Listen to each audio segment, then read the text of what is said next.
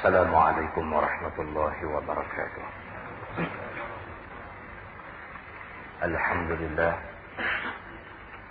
الحمد لله القائل نحمده سبحانه وتعالى ونشكره ونعظمه ونكبره. أشهد أن لا إله إلا الله وحده لا شريك له، وأشهد أن سيدنا محمدا عبده ورسوله، ونصلي ونسلم على سيد النبي الكريم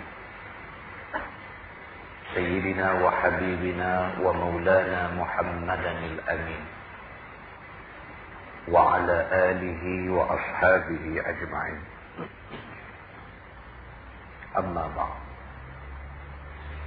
أيها المؤمنون اتقوا الله، أوصيكم وإياي بتقوى الله، فقد فاز المتقون. Muslimin dan muslimat, mudah-mudahan dirahmati Allah Subhanahu wa taala. Muslimin dan muslimat yang dirahmati Allah sekalian, kita sambung bacaan kitab kita. Kita guna Baharul Madhi jilid yang ke-9. Baharul Madhi jilid yang ke-9. Kita sampai di bawah bab yang halal itu adakah kelebihannya. Kita masih lagi bercakap tentang hadis yang menceritakan soal syubhat. Soal syubhat yang kita jelaskan dulu, syubhat bukan sahaja melibatkan soal makan minum. Kadang-kadang syubhat berlaku pada soal pakaian, kadang-kadang syubhat berlaku dalam soal amalan. Dan ulama sudah menyimpulkan cara mudah untuk kenal syubhat ialah apabila kita nak buat sesuatu, kita rasa berbolak-balik dalam hati. Kita nak pakai cincin suasa, dalam hati duk main, boleh tak boleh, boleh tak boleh. Aku tengok tok guru tu pakai. Yang ustaz ni kata tak boleh. Dia timbul bolak-balik. Syubhatlah benda tu. Pasal apa yang timbul masalah ada tok guru pakai, ada orang kata tak boleh, pasal apa? Pasal tok guru yang pakai, dia bersandar kepada pendapat setengah pihak kata cincin suasa ni kalau campuran emas dia sikit, peraknya banyak, tak apa, dia kata harus. Ada pula pendapat ulama kata kalau sekiranya boleh dipisahkan balik emas dan perak, maka harus pakai. Tetapi semua ni adalah pendapat ulama sahaja. Tetapi berdasarkan kepada nas, dia kata emas haram ke atas orang lelaki-lelaki. Dia tidak sebut emas yang banyak, dia tidak sebut emas yang sikit. Maka jumhur ulama berpendapat, kata emas tak kira banyak, tak kira sikit, orang lelaki-lelaki tak boleh pakai. Bila timbul percanggahan macam tu, maka menjadi was-waslah di kalangan masyarakat. Bila was-was, syubhatlah benda. Dalam hadis yang kita baca dah 2-3 kuliah dah, Nabi jelaskan bagi orang yang menjaga maruah dan kehormatan dan kesucian agamanya, maka hendaklah dia menjauhi benda-benda syubhat. Pada malam ini dia nak cerita kepada kita yang halal itu adakah kelebihannya. Yang duk suruh orang Islam ni dalam apa hal pun cari yang halal. Apa kelebihan kita buat benda halal? Apa kelebihan kalau kita nak pergi beli makanan di kedai, kita pergi bisik dekat tuan kedai tu dulu. Minta maaf nak tanya, mi ni orang Islam ke Cina buat? Tuan kedai tu, dia pun pasal dia pakai kedai putih. Iya. Nampak macam Cina punya, kita kata. Kira-kira tu Cina punya. Okey, tak apa, kita kata. Kalau macam tu, cancel lah, saya tanya dia. Tak apa. Apa kelebihan kita pergi tanya dulu tu? Ni Cina ke orang Islam? Apa kelebihan kita pergi ambil risik tanya benda-benda ni? Apa kelebihan dia? Kata dia al-jawab. Al-jawab, sesungguhnya yang halal itu banyak kelebihannya. Menjaga diri kita daripada terlibat dengan benda-benda haram ni banyak kelebihan dia. Dan telah datang beberapa banyak hadis Nabi SAW atas yang demikian itu. Setengah daripadanya ialah sabda Nabi SAW. Man akala al-halala arba'ina yawman nawwarallahu qalbahu wa ajra yanabi al-hikmati min qalbihi ala lisani. Wa fi riwayatin zahadahu Allahu fid dunya atau kama qala. Maksudnya barang siapa memakan yang halal 40 hari berturut-turut, nescaya diterangkan Allah hatinya dengan ma'rifah ilahi. Itu kelebihan dia. Kita jadikan diri kita orang yang jaga. Kita tak mau buat benda haram, kita elak benda syubhat. Kita nak buat benda yang terang-terang halal. Apa kelebihan dia? Kelebihan dia, kalau kita boleh jaga diri kita daripada terlibat dengan benda haram, dengan benda syubhat ni, Allah Subhanahu wa ta'ala akan terangkan hati kita. Bukan kita saja, anak-anak kita pun kita jaga, jangan duk makan benda-benda tak ketahuan punca. Benda haram ni jangan sama sekali. Duk rasa terlihat nak makan, jangan, kena jaga. Tak payah dah ambil ayam penerang hati. Anak kita terang hati. Ni galah lah ayah topa pergi sana sini. Penerang hati. Tak lulus juga Pak Isa. Mula nak maki kawah jampi tu. Bukan salah kawah jampi tu. Salah kita tu. Cara nak terang hati ni tak ada pun dalam hadis. Kalau kita pergi buka hadis cari, kuat ada satu hadis kata, di antara cara terang hati ialah minumlah air jampi. Ada. Cuma itu dibuat sebagai satu ikhtiar. Orang hari ni. Satu ikhtiar. Yang bersandarkan kepada harapan. Mudah-mudahan berkat doa orang alim ni Allah bagi hati terang. Tu saja. Bukan ada satu sandaran yang kuat.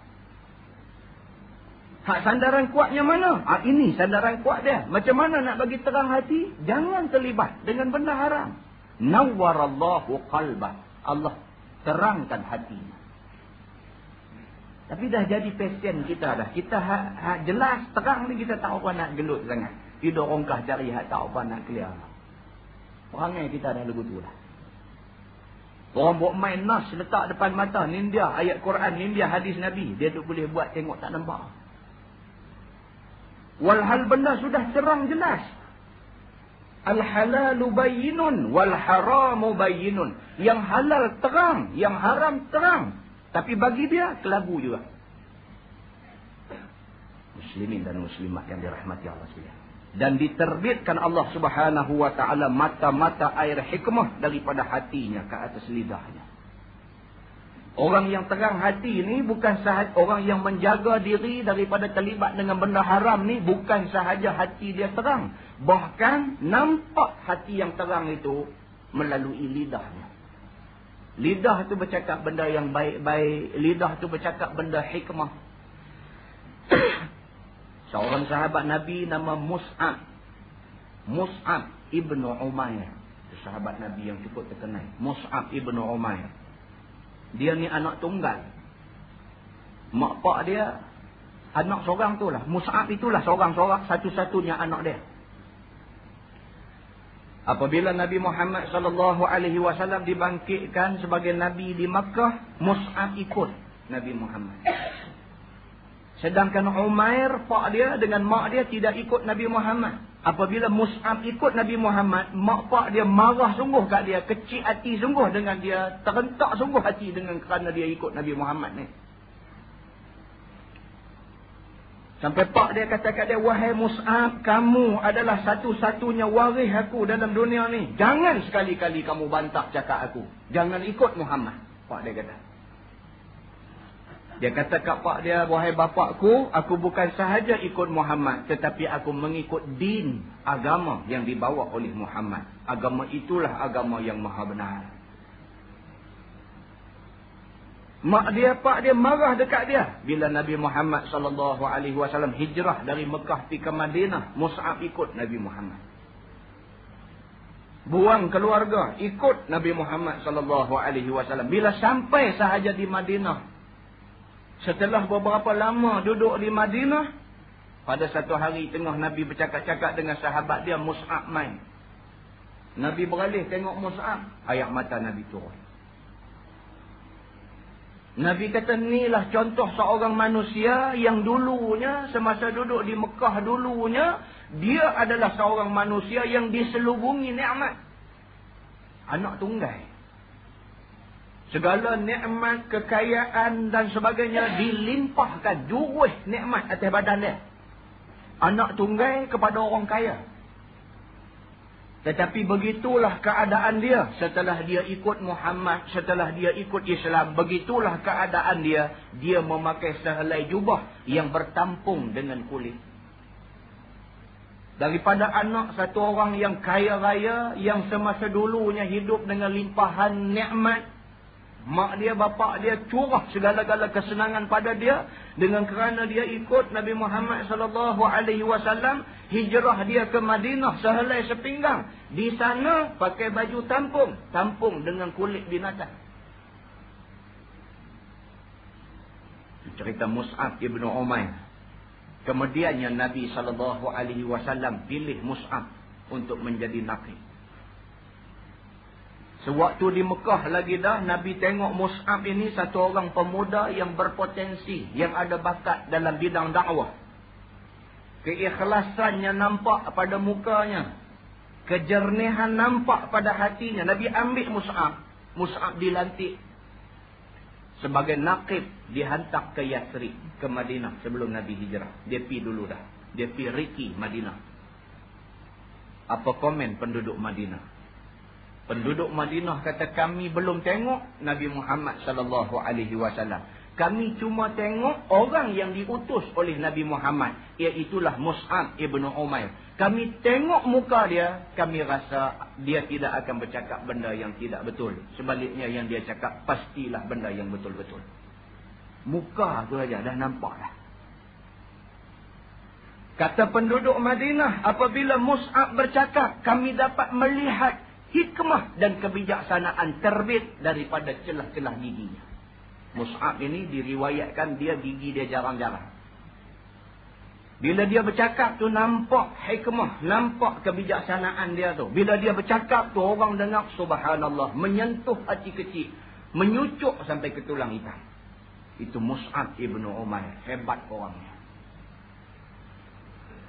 Benda inilah yang disebut oleh hadis Nabi SAW di antara kelebihan orang yang menjaga diri daripada terlibat dengan benda haram. Di antara kelebihan dia, Allah Subhanahu Wa Taala terangkan hatinya dengan nur ilahi. Dan hati yang terang itu terpancar menerusi lidahnya. Dan diterbitkan Allah mata-mata air hikmah daripada hatinya ke atas lidahnya. Dan pada satu riwayat, dijadikan Allah akan dia orang yang zahid di dalam dunia. Suka dia akan akhirat. Zahid dalam dunia. Maknanya dia satu orang manusia yang tidak tamak. Itu makna zahid. Zuhud, hidup dalam dunia ni zuhud. Zuhud maknanya cukuplah dengan apa yang ada. Tidak tamak sekali-kali.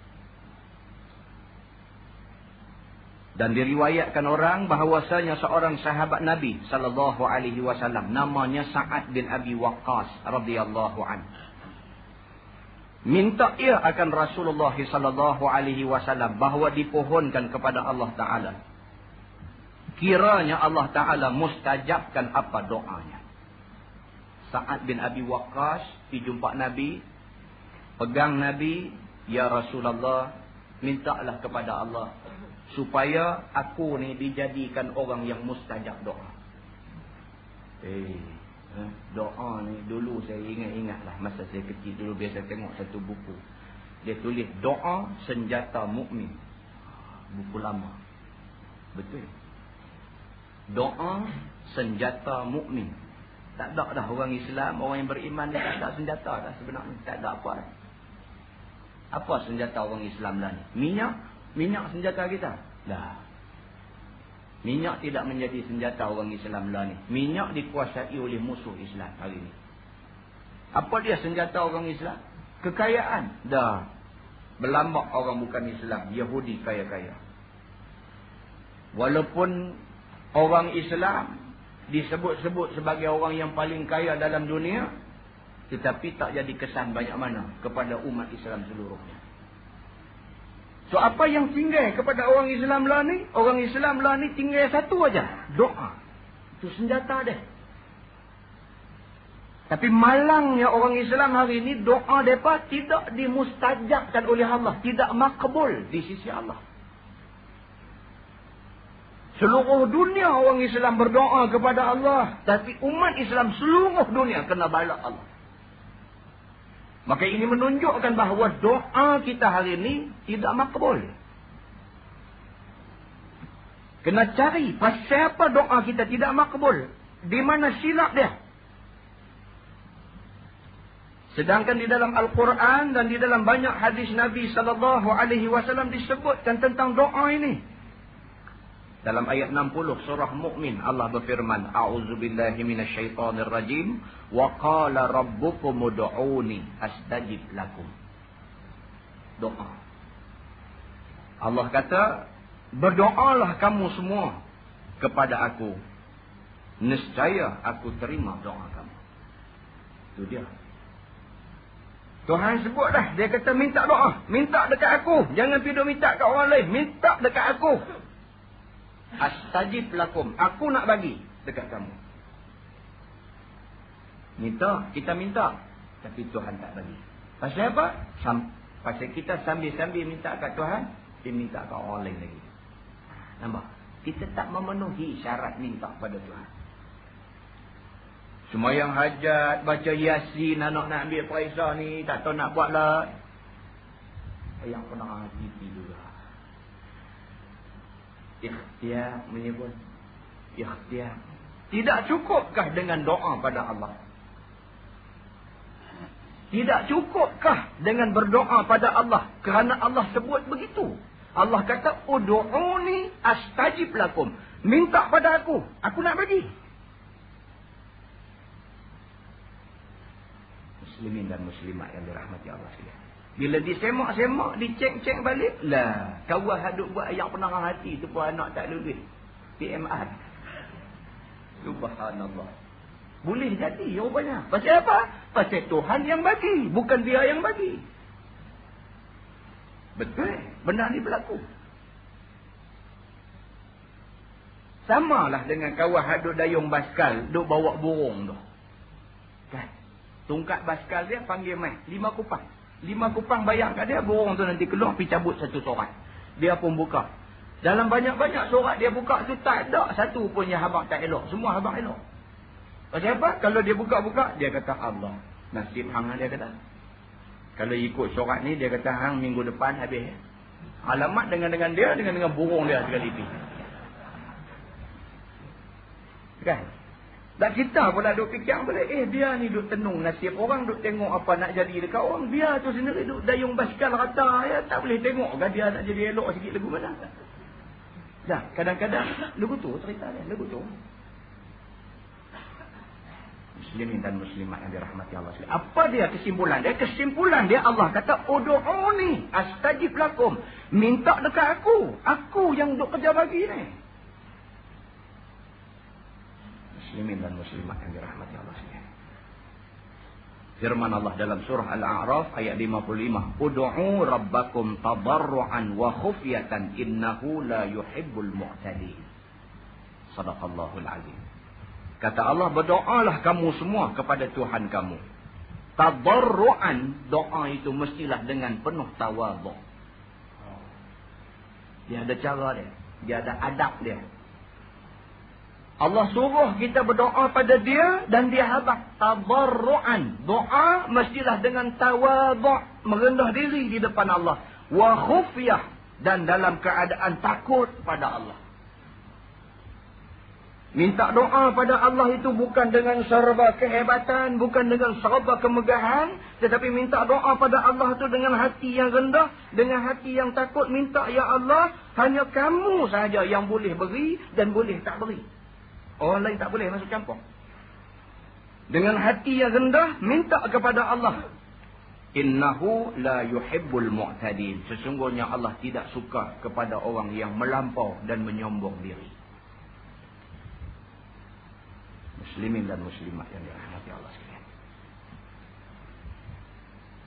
Di dalam surah Al-Baqarah ayat 186 Allah berfirman, A'udzubillahi minasyaitonirrajim, wa idza sa'alaka 'ibadi 'anni fa inni qarib. Ujibu da'watad da'i idza da'ani. Shadaqallahul 'azim. Kata Allah, apabila seseorang hamba itu minta sesuatu kepada aku, fa inni qarib, sesungguhnya aku dekat dengan manusia. Tak ada lah orang yang lebih dekat dengan kita ni melainkan Allah. Allah dekat dengan kita. Maksud dekatnya apa? Dia tahu semua tentang kita.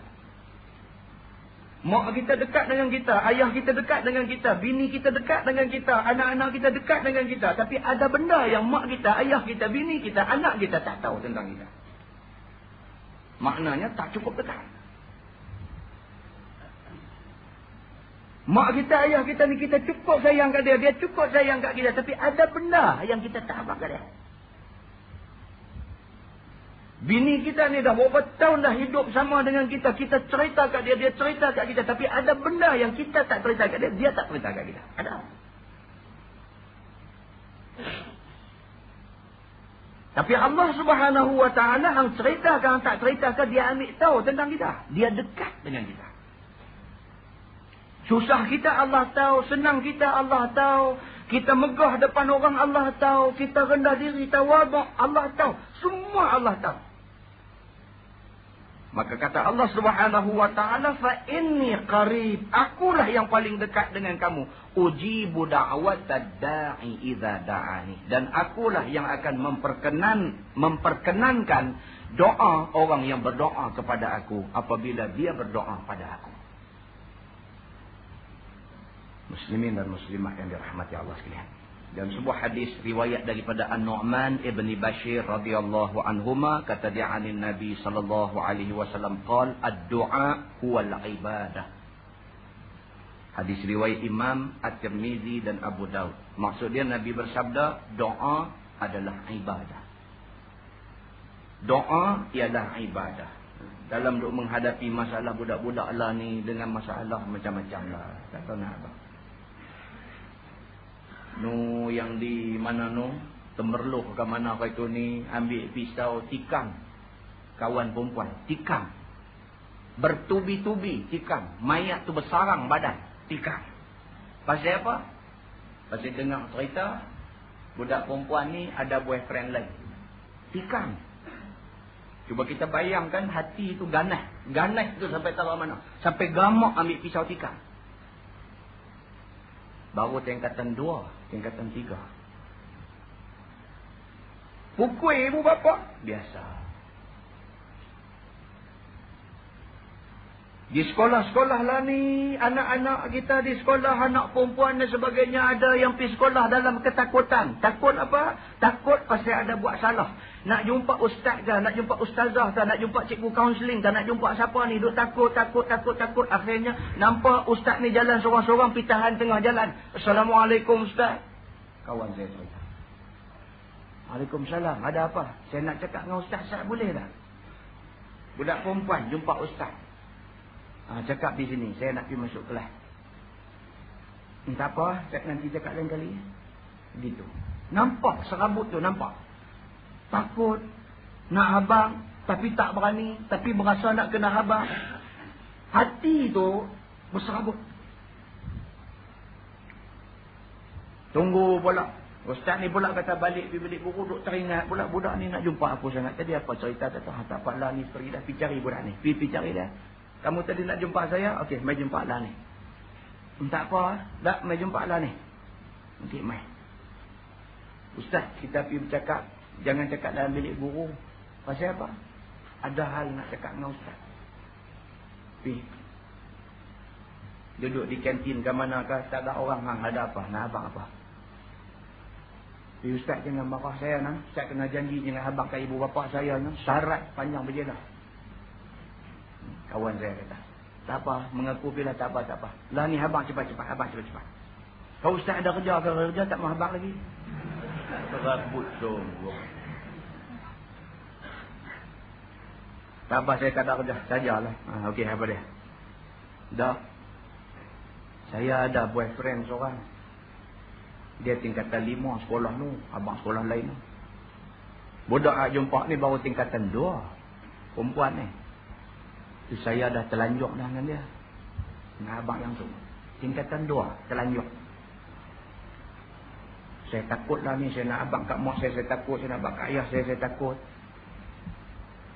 Tu saya duk baca dalam buku apa tahu itu ni, dia kata kalau darah bulan tak mai tu makna mengandung, saya takut. Saya tak mai 2 bulan lah. Tak masuk surah abang. Benda ni tak masuk surah abang. Hak masuk pun kita tak larat nak baca. Hak tak masuk ni Allah yang mengetahui. Allah ijtihad darurat. Darurat ni kapiu lah. Dalam-dalam duk kapiu tu, naik kelab buka lagi. Dalam-dalam duk kapiu tu, pusat karaoke buka lagi. Muslimin dan muslimah yang dirahmati Allah. Kita bercakap hak sebenar. Bahawa sesungguhnya apa hak duk keluar dalam surah Al-Baqarah ni serius. Bukan benda yang direka-reka, bukan benda yang saja-saja bercakap dah, tapi benda yang berlaku lah ni serius. Anak muda yang ada hari ini, anak muda yang menuju ke arah jurang kerosakan. Dan sekarang bukanlah masa hang tunjuk aku tunjuk hang, kita pakat tunjuk orang lain pula. Tak, bukan masa untuk lawan tunjuk hang aku, tapi lah adalah masa untuk kita menyatakan insaf kita di atas kesilapan masa dulu. Sebagai ibu bapa, insaf kerana dia tidak didik anak secara Islam. Sebagai pihak yang berwajib, pihak kerajaan insaf kerana dia yang meluluskan tempat-tempat haram ni. Banyak yang ada dalam ni. Semua pihak hari ni jangan tunjuk orang, tapi tunjuk diri kita. Kita yang bersalah. Kita silap. Kita ada saham di dalam kerosakan yang berlaku lah ni. Hentikan benda-benda tu. Atasi segera. Jangan bercakap saja. Jangan buat seminar saja. Jangan bercakap dalam forum saja. Jangan hulas dalam ceramah saja. Jangan. Tetapi buat dalam bentuk pelaksanaan. Muslimin dan muslimat yang dirahmati Allah sekalian. Ini dah tak nampak lagi. Ke arah tu tak nampak lagi. Kaki tangan kerajaan yang tertentu, yang duduk dalam bidang-bidang yang tertentu nak pakai tudung tak boleh lagi. Maknanya tidak menuju ke arah itu. Berapa ramai kaki tangan yang terlibat dengan pasukan beruniform, yang hati kecil teriak ni pasal dia tak dibenarkan tutup aurat. Nak berhenti kerja, nak cari kerja susah. Nak kerja, dia tahu kerja dia menghendaki dia langgar perintah Allah. Kenapa benda-benda macam ni tak boleh diselesaikan? Muslimin dan muslimat yang dirahmati Allah sekalian. Dalam keadaan yang macam ni sudah sampai masanya kita semua buat dengan keinsafan yang ada dalam hati, dengan malapetaka yang ditunjukkan oleh Allah di depan mata, sampai dah masa kita buat perubahan. Setelah kita buat perubahan-perubahan ni semua, berdoa kepada Allah. Mudah-mudahan Allah turut serta di atas keinsafan yang menyeluruh di dalam masyarakat kita lah ni. Doa. Betul-betul masa semayang ni tak kira lah semayang fardu ke, bangkit tengah malam semayang sunat ke, betul-betul kita bagi tahu masa sujud tu sujud bagi lama sikit. Ingat dalam hati, ya Allah, anugerahkanlah kepada kami anak-anak yang berjaya dunia dan akhirat. Ya Allah, anugerahkanlah kepada kami anak-anak yang boleh mendoakan kami di hari akhirat. Minta kepada Allah. Tak aja di atas lantai, Nabi kata aqrabul ibadi ilallahi fis sujud. Sehampir-hampir hamba dengan Allah ialah ketika sujud. Letak aja di atas lantai, ingat dalam hati. Jangan belum cakap pula. Ingat dalam hati. Ingat, ya Allah, bagilah kepada aku anak-anak yang ada 4 orang ni, anak-anak yang ada 6 orang ni. Ya Allah, bagilah kepada aku anak-anak ni semua, anak-anak yang berjaya dunia akhirat. Anak-anak yang boleh memberi keselamatan kepada kami di akhirat. Minta. Mudah-mudahan dengan keluhuran hati, kesungguhan yang ada dalam hati kita, Allah Subhanahu wa taala makbul doa kita insya-Allah. Muslimin dan muslimat yang dirahmati Allah sekalian. Hadis daripada Aisyah radhiyallahu anha, kata dia, kana Rasulullah sallallahu alaihi wasallam yastahibbul jawami' min ad-du'a wa yad'u ma siwa dhalik, atau kama qala, hadis riwayat Abu Daud. Aisyah berkata, Nabi sallallahu alaihi wasallam gemar berdoa dengan kalimah doa yang singkat. Itu Nabi. Sayyidatina Aisyah radhiyallahu anha cerita, kata dia, kana Rasulullah sallallahu alaihi wasallam yastahibbul jawami'a min ad-du'a. Nabi suka kalau berdoa, doa yang ringkas, dan doa itu meliputi semua. Pendek tetapi merangkumi semua. Wa yada'u ma siwa zalik. Dan Nabi mengelakkan diri daripada lain daripada itu.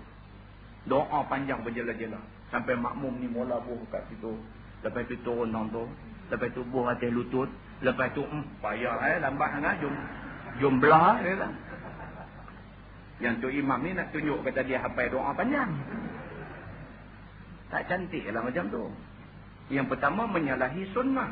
Bukanlah kata berdosa, tak berdosa. Tapi kalau sampai dengan kerana buat lagu tu makmum jadi susah, berdosa jugalah. Jadi kalau orang katakan dia kata dah doa bukan wajib. Dia kata hampa tak larat pergi balik tak bolehlah cakap lagu tu. Kita imam. Imam kena ingat makmum di belakang. Nak doa. Yang tu imam ni nak tunjuk kata dia hafal doa panjang. Tak cantik lah macam tu. Yang pertama menyalahi sunnah. Bukanlah kata berdosa, tak berdosa. Tapi kalau sampai dengan kerana buat lagu tu makmum jadi susah, berdosa jugalah. Jadi kalau orang katakan dia kata lah doa bukan wajib. Dia kata hampa tak larat pergi balik tak bolehlah cakap lagu tu. Kita imam. Imam kena ingat makmum di belakang. Nak doa sampai tercabut sendi pun bacalah. Waktu hang semayang sunat malam saat ni, baca. Ada pula. Waktu semayang di rumah pakai bagi salam, angkat jadah bagi dah. Mai di masjid pula nak tunjuk handai. Nah, imam kita kau ni tak buat lagu tu. Perintah imam belah-belah harap. Muslimin dan muslimat yang dirahmati Allah. Jadi dalam hadis jelas. Aisyah sendiri cerita. Dia kata sesungguhnya Nabi Muhammad SAW, dia doa, dia suka doa yang ringkas saja. Sebuah hadis lain riwayat daripada Anas bin Malik radhiyallahu an. Kata dia, kana aktsaru du'ain Nabi sallallahu alaihi wasallam, Allahumma atina fid dunya hasanah wa fil akhirati hasanah wa qina azaban nar. Muttafaqun alaih. Anas bin Malik pula cerita, dia kata sesungguhnya Nabi Muhammad sallallahu alaihi wasallam lebih banyak berdoa hanya sebut Rabbana atina fid dunya hasanah wa fil akhirati hasanah wa qina azaban nar. Imam Malik, Imam mazhab Maliki. Imam Malik di dalam mengupas hadis ini, di dalam kitab dia, dia kata itulah doa yang paling baik. Yang pertama, benda ni dia ambil daripada ayat Quran. Rabbana atina fid dunya hasanah, ini ayat Quran. Dan ayat Quran dijadikan doa, dan doa itu merangkumi semua. Kita minta Rabbana atina fid dunya hasanah. Ya Allah, bagilah di atas dunia ni semua kebaikan kepada aku. Kebaikan dunia apa dia?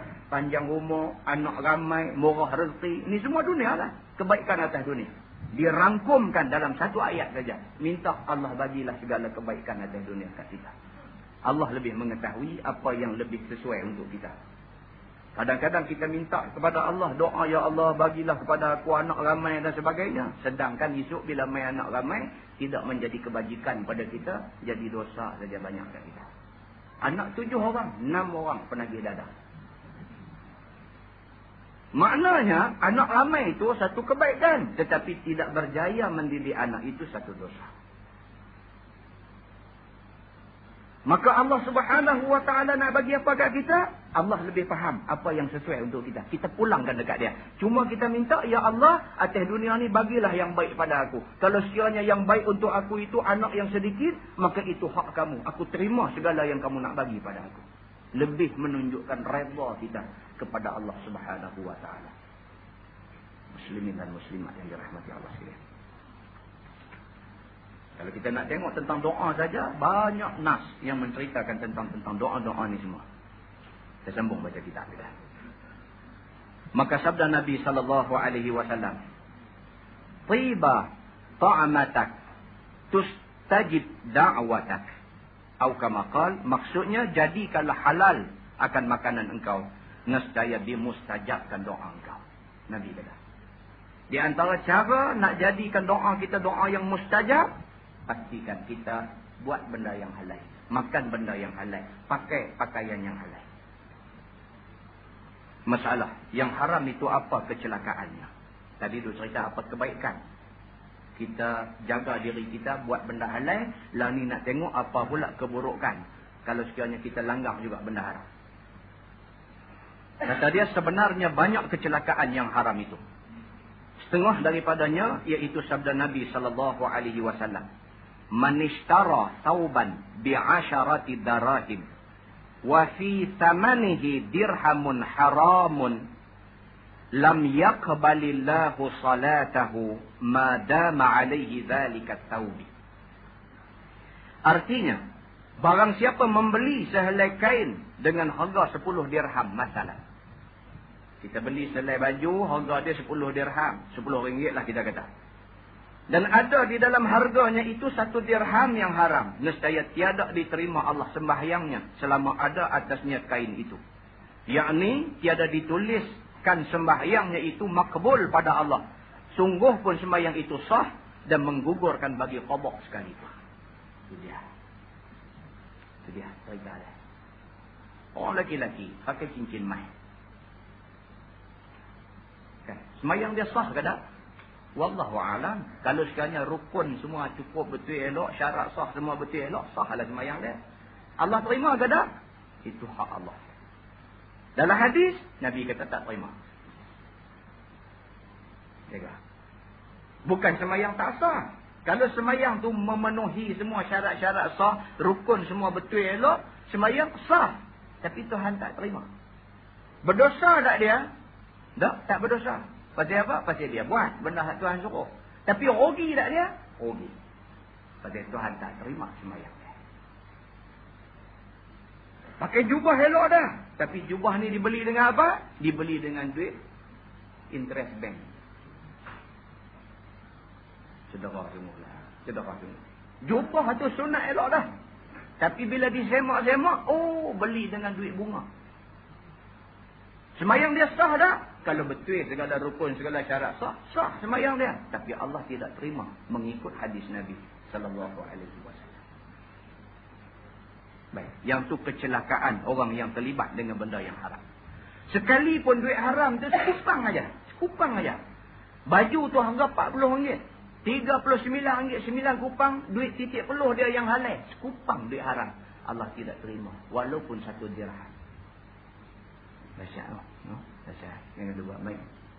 Itu sebab kita ni, cara mudah kita nak buat amal yang gini aja. Bila benda tu sabit daripada nas, ikut sudah lah. Tu saya duk cakap banyak.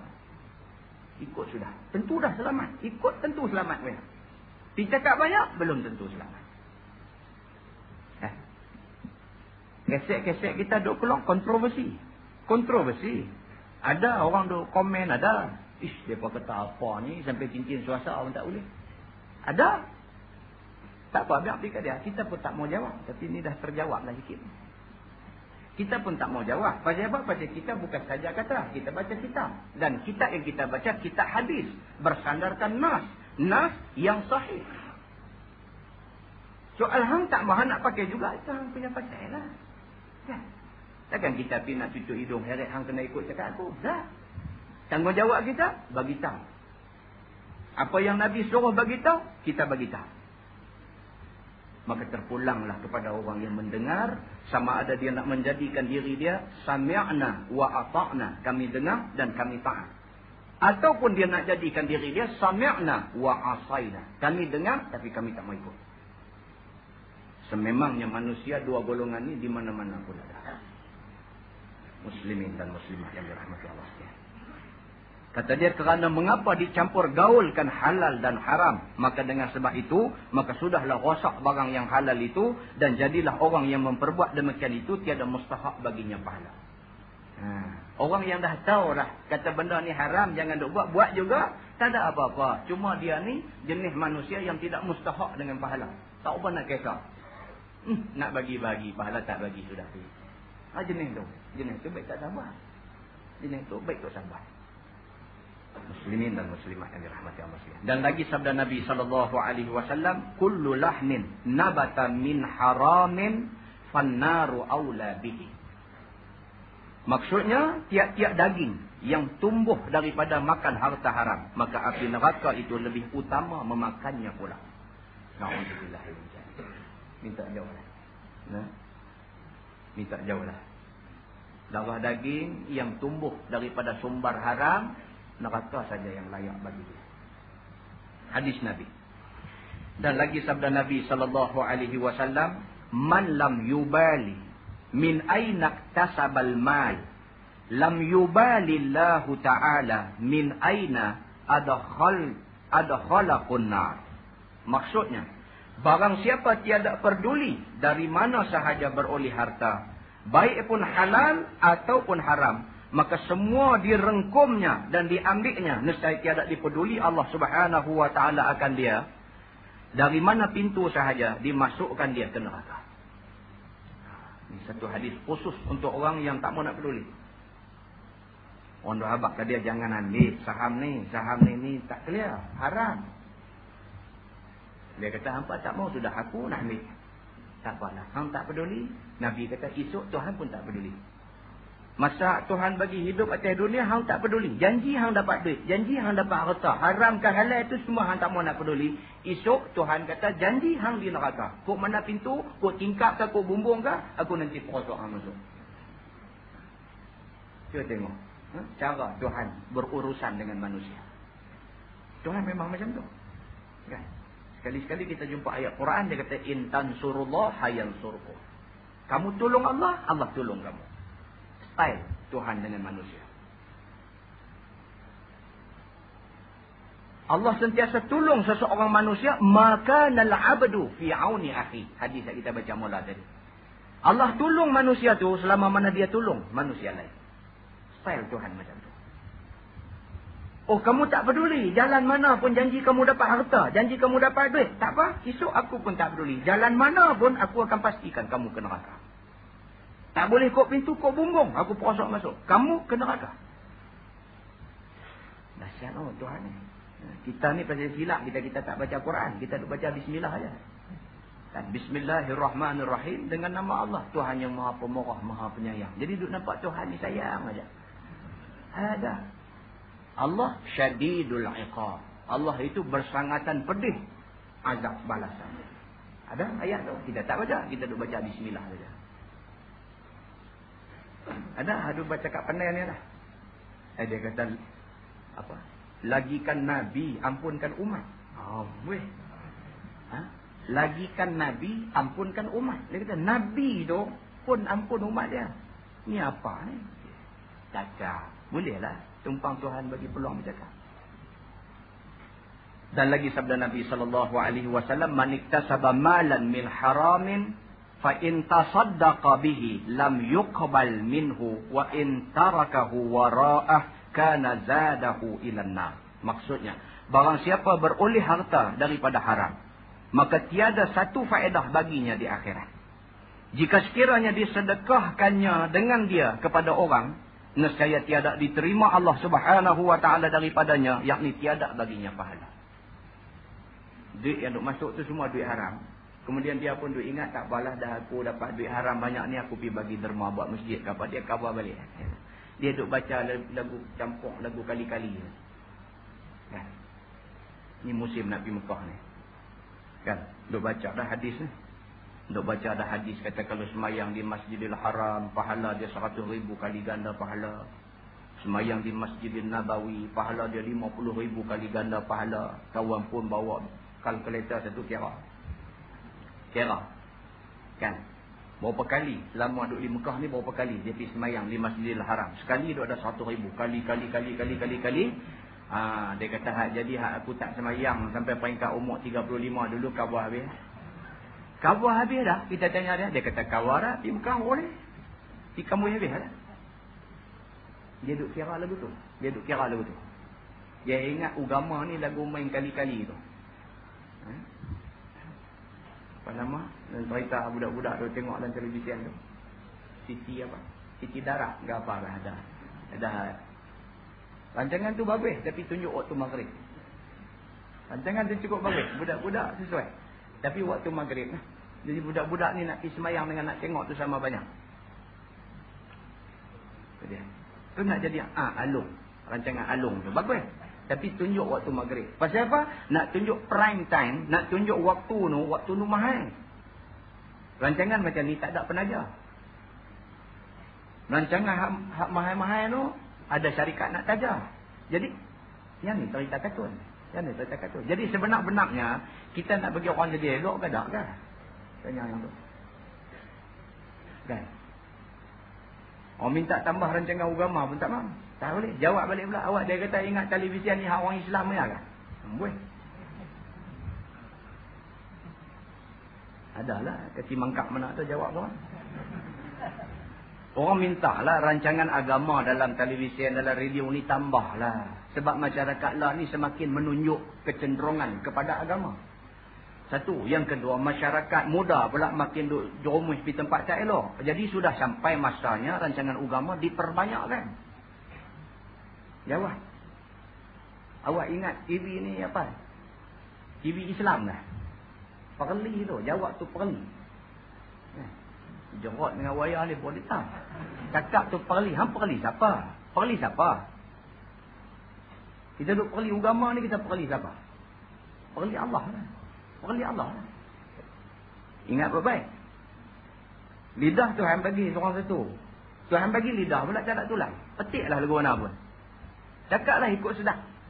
Tapi ingat, setiap kalimah yang terlucut keluar, Allah tanya balik. Kita mesti bertanggungjawab di depan Allah. Muslimin dan muslimat yang dirahmati Allah sekalian. Tak mahu, kita tak mahu lagu tu. Orang Islam, jaga lidah. Sama sekali, jangan izinkan lidah tu tidur bercakap benda-benda yang boleh menyentuh agama yang suci.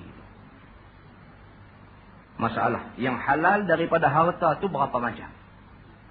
Kata dia banyak macam. Sekalian tersebut dengan tafsir di dalam kitab-kitab fiqh. Yang betul-betul halal ni ada berapa dia kata. Tetapi boleh kita ringkaskan di sini atas 6 macam. Yang pertamanya harta pesaka yang dapat dipunyai oleh seseorang. Maka halal ia dengan syarat harta yang dapat itu daripada bahagian yang adil di antara yang mendapat pesaka. Dan pula syaratnya maulah orang yang diambil pesaka daripadanya itu mengumpul harta itu dan akhirnya menjadi pesaka daripada jalan yang halal. Harta pesaka tu halal tapi syarat. Apa syarat dia? Syarat dia yang pertama sekali harta tu, tuan punya harta tu dapat dengan halal. Kalau pak dia kawak terkenal dalam kampung, anak-anak tu dapat pesaka esok, dapat pesaka yang tak elok. Tapi pak dia cari duit, cari harta dengan jalan yang halal. Tinggal harta banyak dekat anak-anak. Harta tu halal, anak-anak dapat bahagian pula mengikut bahagian-bahagian yang sememangnya ditentukan oleh syarak. Maka bahagialah mereka ni semua kerana dapat harta yang halal.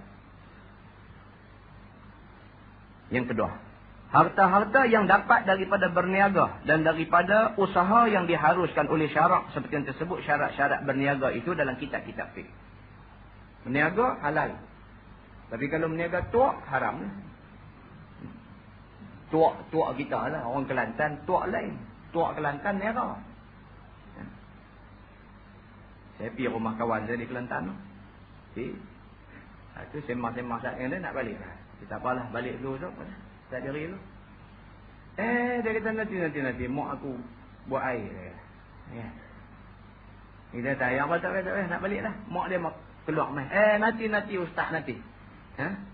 Minum tuak dulu kata. Nampak lebay sangat dah. Kata lebay apa. Suruh aku minum tuak. Hang minum seorang sudah. Rupanya tuak tu nera. Kan? Nera tu dia panggil tuak. Dia terbalik. Kan? Tak apa. Dia maksud kita contoh tadi ni. Contoh tuak kita lah. Tuak kita. Kan? Jadi kalau meniaga benda haram. Bukan saja tuak. Lagu kita habak dalam kuliah kita dulu. Pergi tolong pasang perangkat bewak pun tak boleh. Kan? Tak habak dah tu ni. Terjumpa satu kawan waktu ni. Dia dua ambil upah pasang perangkat tu lah. Kan? Tak apa, ada saya bagi keset tu kat dia. Dia main kat saya, dia kata, perli saya nampak, dia kata. Siapa perli hang pula, kata. Kita pun tak tahu cerita dia pergi pasang perangkap tu. Kita buat contoh, buat gitu je lah. Bukan, kadang tu bukan. Benda tu kita saja kata, bila tu pasang perangkap bewak, kita kata. Rupanya ada sungguh, kawan tu bekerja lagu tu. Yang ketiganya, harta yang dapat daripada sedekah. Dan dapat daripada pemberian orang. Sedekah dengan pemberian orang tak sama. Sedekah diberikan kepada orang yang berhajat. Itu dipanggil sedekah. Kalau dia mai bagi dekat kita tak berhajat ni. Dia mai kat kita, dia kata, Ustaz, ni saya sedekah kat Ustaz pen ni. Oh, tak boleh. Saya bukan orang kaya, tapi saya tak layak untuk ambil sedekah. Dia kena kata, Ustaz, saya hadiah kat Ustaz ni. Hadiah tak apa. Hadiah dalam fiqh ialah pemberian daripada seorang kepada seseorang untuk menunjukkan hormat dia kepada orang itu. Nabi Muhammad SAW dan keluarga dia haram menerima zakat. Haram. Satu hari mai satu orang bagi zakat buah korma kepada Nabi, minta Nabi tolong agih-agihkan buah korma. Bila dia mai, dia letak di pintu rumah Nabi. Dia kata, ya Rasulullah, ini korma zakat. Minta tolong bahagi-bahagikan kepada orang yang perlu. Nabi kata tak apa, letak di situ. Dua saat lagi, dua orang cucu Nabi, Sayyidina Hasan dan Sayyidina Husin. Kecil lagi masa tu. Seorang merangkak, seorang berjalan pergi. Sampai dekat buah korma, ambil nyak bola mulut. Nabi tengok. Nabi bangkit. Lari pergi dekat cucu dia. Nabi cekah mulut cucu dia. Korek buat keluar balik. Nabi kata, zakat haram ke atas aku dan keluarga. La ilaha illallah. Yang kata Nabi Muhammad ni, bukan dia habaq aja kat kita. Kata haram ni jangan duk makan. Bahkan dia sendiri tak makan. Bahkan dia pastikan anak cucu dia tak makan. Nah, kita ni halal balai sungguhlah. Tak tahu haram halal, tak tahu janji halal. Janji tak depan aku halal. Kan? Aku perai habis dia kata. Jadi teruk rupanya kita ni. Kan, dia tak sedap kata kita teruk. Bila kita tiap hari dia kata orang teruk. Kan, hari ni berasa, aku pun teruk rupanya. Teruk kita ni. Kan. Baik. Jadi sedekah itu dapat dengan jalan yang halal. Dan dapat daripada pemberian orang. Sama ada hebah ataupun hadiah. Hadiah bagi kerana nak muliakan orang. Hebah pemberian biasa. Tak ada apa-apa saja nak bagi. Itu dia panggil hebah. Dan dapat daripada hadiah dan daripada wasiat orang. Wasiat boleh diberikan kepada orang kaya dan sebagainya, boleh. Orang kaya boleh menerima wasiat dengan syarat wasiat tidak melebihi sepertiga daripada harta peninggalan. Dan wasiat haram diberikan kepada orang yang berhak pusaka. Kita ada anak 3 orang, kita bagi harta ikut pusaka. Kita mati, ambil lah harta. Bahagi dah, 3 orang ni dapat dah bahagian masing-masing. Kemudian ada satu bahagian lagi, kita hadiahkan kepada anak nombor 2 misalnya. Wasiat itu batal. Ikut undang-undang Allah boleh. Boleh, kita pergi cari lawyer, tinggal satu wasiat untuk anak. Sedangkan anak tu sudah dapat pesaka. Kita bagi lagi panggu wasiat dekat dia. Di sisi syarak, wasiat itu terbatal dengan sendirinya. Ataupun, dia bagi harta dia ada 1 juta ringgit. 500,000 dia bagi pesaka kepada anak-anak dia. 500,000 lagi, maknanya setengah lagi dia wasiatkan kepada orang lain, bukan anak dia. Lulus tak lulus wasiat tu? Tak lulus. Pasal apa? Pasal lebih daripada sepertiga. Tak lulus semua kan? Tak, lulus. Lulus sepertiga saja.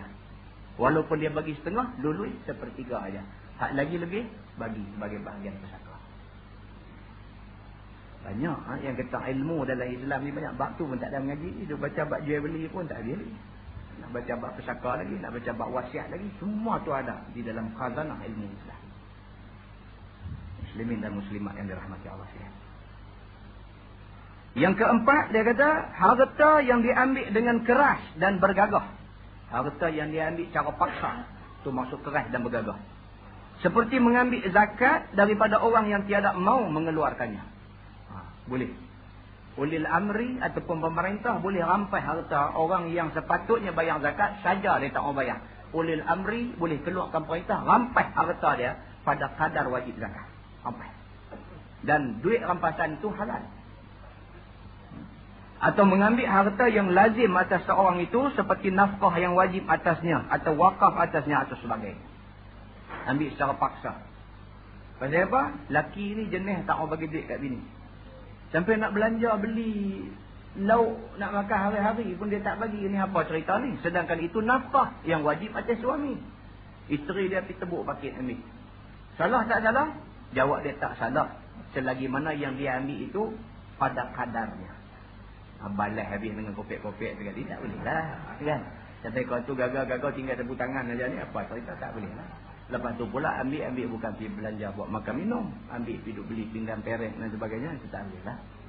Kita kena abang lah. Tak boleh dengar pakai petik jari pula dia atas lah. Kan petik jari dia kata cantik. Dia kata cantik. Agak bagi 2 minggu lepas ni kita tak rabut. Kita gabui dia. Kan? Balik-balik nak gabui. Tak boleh lah. Dan 2 minggu kita gabui. Dah. Ambil pada kadar. Kan? Kalau suami jenis duit banyak ni cakap dia selinap RM10 tak sudah. Tak sudah. Lagu kita lah ni lah. Kita lah ni duit isap rokok. Kita isap rokok. Anak kita balas sebatang kita. Mana kita tahu? Kita bukan ada tanda kan? Kan? Ada orang isap rokok tanda dia tiap batang. Dia beli kotak 20. Kan? Dia pun tak tahu tinggal baki berapa. Pasal dia pun bukan ada jadual isap rokok. Kalau dia ada jadual pukul 9 sebatang. 11 sebatang. Jadi dia tahulah lah pukul 4 macam mana tinggal 3 batang. Dia boleh tahu. Ni dak ni jelaga lubang hidung punya sapu. Itu dalam pada celah tu anak selinap sebatang. Kan anak dia pun tak tahu. Sekali bila cikgu sekolah tu, cikgu disiplin sekolah hantar surat mai kat dia. Anak dia di sekolah ditangkap kerana merokok. Dia duk buat heran. Dia ni duk belajar di mana ni? Rokok ni. Marah. Pi sekolah. Sampai depan cikgu, depan anak dia. Cekak baju anak dia nak dabuh depan kita. Kita teriak lah. Mati dalam pejabat ke apa guna. Nanti sah kata. Pakcik sabar dah. Kita bincang elok-elok. Tanya anak ni. Tanya anak ni. Yang duk mula isap rokok tahu mana? Dia kata duk ambil rokok ayah. Masa tu kena. Kena jaga. Benar-benar macam ni kena jaga. Maka sekalian itu halal dengan beberapa syarat yang tersebut dah kita fiqh. Yang kelimanya harta daripada sekalian galian atau daripada hidup-hidupan atau harta daripada menangkap perburuan sama ada binatang darat atau binatang laut ataupun harta daripada memotong kayu di hutan rimba ataupun seperti memotong rumput dan memotong kayu api dan menanggung air dan berjual dan barang sebagainya semuanya halal dengan beberapa syarat. Kita jadi nelayan turun ke laut hidup tangkap ikan dan sebagainya tu ikan yang kita dapat tu semua halal. Semua halal. Habis Ustaz kalau kita masuk perairan Thailand kita pergi ambil halal juga kan? Kira halal juga. Pasal binatang ada dalam laut tu tidak ada tuan milik dia. Tak ada. Burung yang duk terbang pada angin itu tak ada tuan milik dia. Tak ada. Rumput-rumput yang ada di atas muka bumi ni tak ada tuan milik dia. Tak ada. Cuma kena jagalah kawan tanah rumput kapet elok kita pergi duduk cangkui ambil tak lagi. Dan siapa Ustaz Samsuri kata rumput tak apa. Jangan. Kan sampai duduk dalam pagar rumah dia kita pergi duduk cangkui ambil tanam depan rumah kita tak boleh lah. Yang keenam harta yang diambil daripada kafir harbi dengan apa jalan mengambil sekalipun. Melainkan harta kafir harbi yang dapat dalam peperangan atau harta faid. Faid ni harta yang kita ambil daripada orang kafir tidak melalui perang. Jadi panggil faid. Maka tiada halal melainkan kemudian daripada dikeluarkan khumus. Khumus maknanya 1/5. Kita rampai harta daripada orang kafir. Kafir harbi lah. Kafir yang halal perang. Halal tumpah darah mereka. Kita rampai harta dia. Kalau rampai melalui perang, dia panggil ghanimah. Ghanimah, khumus. Mesti diwukulong dulu. Sebelum dibahagi-bahagikan kepada tentera yang perang. Al-Faid tidak melalui perang. Kita pergi nak serang mereka, mereka tengok tentera Islam, mereka takut, mereka bagi harta mereka. Harta tu dia panggil Al-Faid. Al-Faid keluarkan khumus 1/5 bahagian. Sebelum dibahagi-bahagikan kepada tentera yang pergi. Dan sebagian tersebut dalam kitab-kitab fiqh dan bicara ghanimah dan faid. Wallahu a'lam. Lepas ni kita masuk bab majaa fi akilir riba. Satu tajuk yang cukup penting lah lepas ni. Tajuk tentang memakan duit riba. Tajuk ni penting pasal apa? Pasal riba ni satu benda yang cukup banyak berlaku dalam masyarakat kita pada hari ini. Jadi jaga baik-baik. Kita dengar elok-elok yang kata riba tu macam mana, bagaimanakah azab sengsaranya orang yang terlibat dengan riba dan apakah balasan yang disediakan oleh Allah Subhanahu wa taala kepada mereka semua. Mudah-mudahan kehadiran kita ini memberikan manfaat dan mudah-mudahan dia boleh menjadi pencetus kepada kesungguhan kita untuk menambahkan ibadat kepada Allah. Yang baik itu daripada Allah, yang tidak baik itu daripada silap saya. Kita tangguhkan dengan tasbih kifarah dan suratul Asr. Subhanakallah.